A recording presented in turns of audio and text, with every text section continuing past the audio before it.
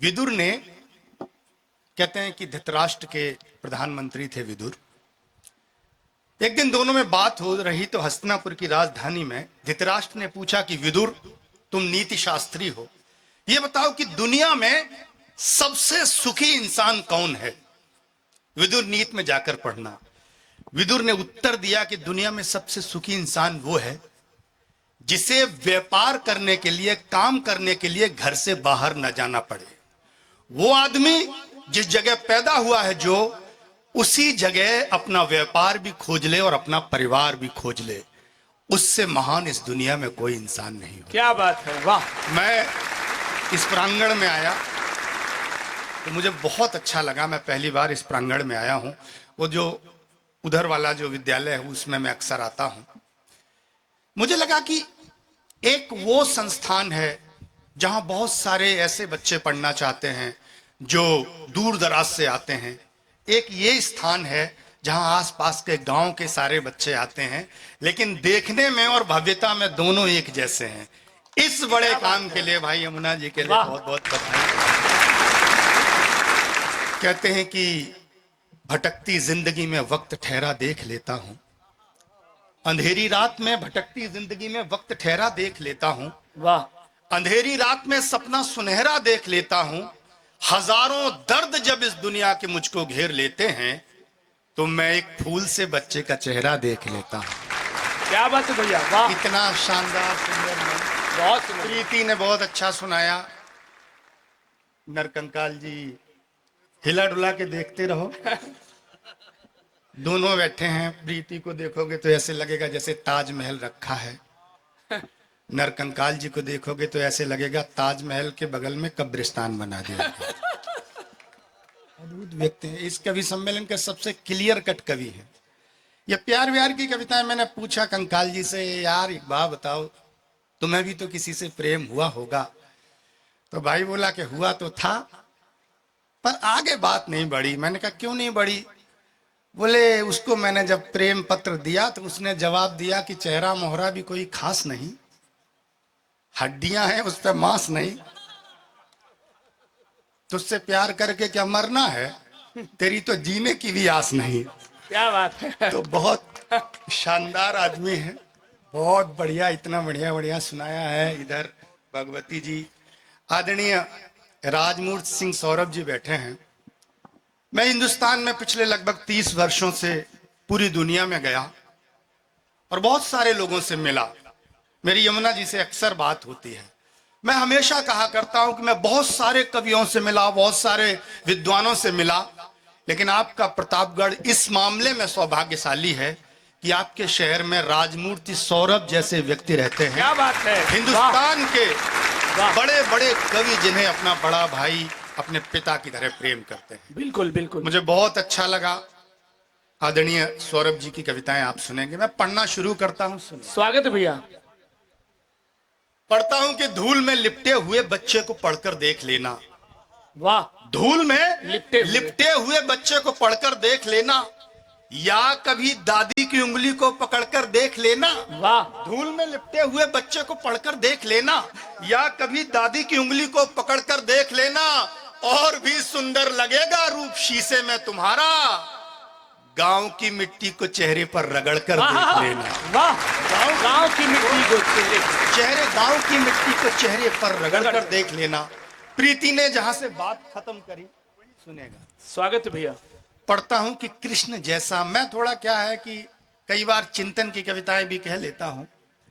कृष्ण जैसा मन जरूरी है। प्रीति सुनना, कृष्ण जैसा मन जरूरी है।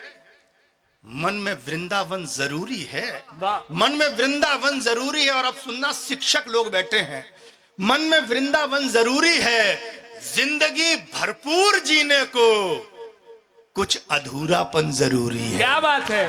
जिंदगी भरपूर जीने को कुछ अधूरापन जरूरी है। कुछ अधूरापन जरूरी है। पंक्तियां पढ़ता हूं, सुनेगा। स्वागत है भैया। जो घर में गूंजती थी अब वो किलकारी नहीं मिलती। जो घर में गूंजती थी। एक आईएएस सुसाइड कर लेता है सर, एक आईपीएस सुसाइड कर लेता है। कमाल की बात है यार। एक आईएएस जो भारत की सबसे बड़ी परीक्षा, सबसे बड़ा यह माना जाता है कि बहुत विद्वान आदमी है, परिस्थितियों से घबराकर सुसाइड कर लेता है। मैं अक्सर सोचता हूं क्यों कर लेता है। एक लड़की एक लड़के के हाई स्कूल में नंबर कम आते हैं, अगले दिन वो पंखे पर झूलती मिलती है। मैं बहुत चिंतन किया ऐसा क्यों होता है, अक्सर ज्यादा होने लगा। जी भैया। तो मुझे लगा कि कहीं ना कहीं इन बच्चों को बचपने में जो सलाहियत, जो सुविधा मिलनी चाहिए थी, जो खुलापन मिलना चाहिए था, जो मैच्योरिटी और परिपक्व होने के लिए खेल का मैदान मिलना चाहिए था, वो नहीं मिला। मैं पंक्तियां पढ़ता हूं, सुनिएगा। स्वागत भैया। जो घर में गूंजती थी अब वो किलकारी नहीं मिलती। जो घर में गूंजती थी अब वो किलकारी। अब वो किलकारी नहीं मिलती। जो घर में गूंजती थी अब वो किलकारी नहीं मिलती। किताबों से दबे बचपन में दमदारी नहीं मिलती। क्या बात है, किताबों वाह। से दबे बचपन में दमदारी नहीं मिलती। रंगीले देश में कुछ गांव ऐसे भी अभागे हैं जहां होली में भी बच्चों को पिचकारी नहीं मिलती। क्या बात है, वाह वाह वाह, बहुत सुंदर भैया। ये अभागे हैं जहां होली में भी बच्चों को पिचकारी नहीं मिलती। 9 बजे का समय दिया गया था। समय की अपनी सीमाएं में एक कविता पढ़ता हूं जी भैया। और मुझे लगता है इस प्रांगण में इससे बढ़िया कविता हो नहीं सकती। हमारे शिक्षक बंधु बैठे हैं, कल शायद उनको कोचिंग भी जाना होगा क्योंकि टेट की परीक्षा भी देनी है, बहुतों को फार्म भी भरना होगा। तो मैं पढ़ता हूँ, सुनिएगा। एक कविता मैं पढ़ता हूँ। जी भैया, स्वागत है। चलिए मैं एक दो छंद सुना दूं। जी भैया, वो वाला जरूर सुने, शिवम जो बात कर रहे हैं। मैं ये मानता हूं सर कि गांव का जो लड़का है, जो खेतों में खेलता है, पगडंडियों पर चलता है, जिसको कम सुविधाएं मिलती हैं, वो लड़का अगर सही तरह से पाल दिया जाए, उसकी सही तरह से परवरिश कर दी जाए, वो जब शहर में जाता है तो बच्चा सारे शहरियों पर भारी पड़ता है। इसका जो सबसे प्रबल उदाहरण है वो है हमारे कृष्ण कन्हैया। गोकुल की ब्रजधूल में रजधूल में पला हुआ लड़का एक दिन दुनिया में कंप्लीट में, ना आज तक केवल संसार में एक ही हुआ पूर्ण पुरुष, वो पुरुष हुआ कृष्ण कन्हैया। क्या बात है भैया। क्यों हो सका? क्योंकि उसको गांव भी जीने को मिला, गाय भी चराने को मिली, कूटनीति भी सीखने को मिली और जिंदगी में हर पल उसके संघर्ष रहे। मैं पढ़ता हूं, सुनिएगा। स्वागत भैया। एक नाम महाभारत में मुझे और मिला, मैं वो पढ़ता हूं, जुड़ना।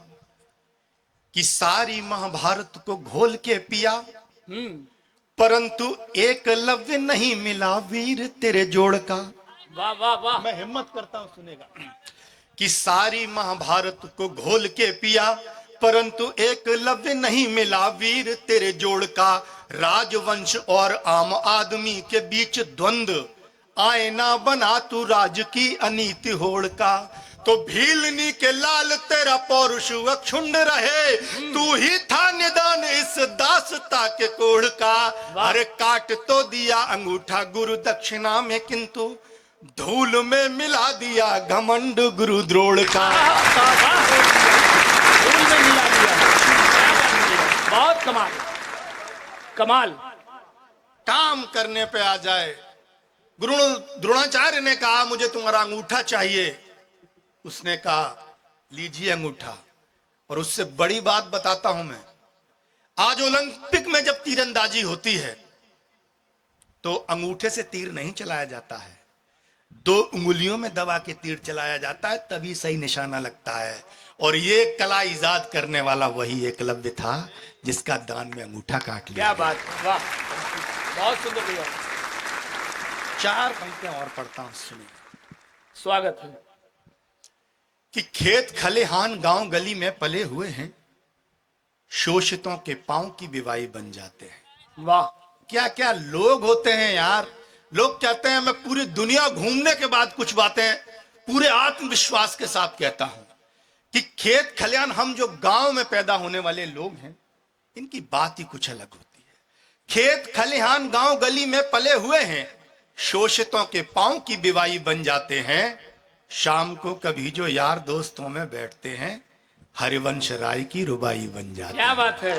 बहुत सुंदर भैया। यार दोस्तों में बैठते हैं, हरिवंश। हरिवंश राय की रुबाई बन जाते हैं, तो घर में कभी जो कष्ट दिख पड़ता किसी पे, पूरे परिवार की दवाई बन जाते हैं। किंतु कोई देश पे निगाह टेढ़ी डाल दे तो सारा काम छोड़ के सिपाही बन जाते हैं। बहुत सुंदर। सारा काम छोड़ के सिपाही बन जाते हैं। सिपाही बन जाते हैं।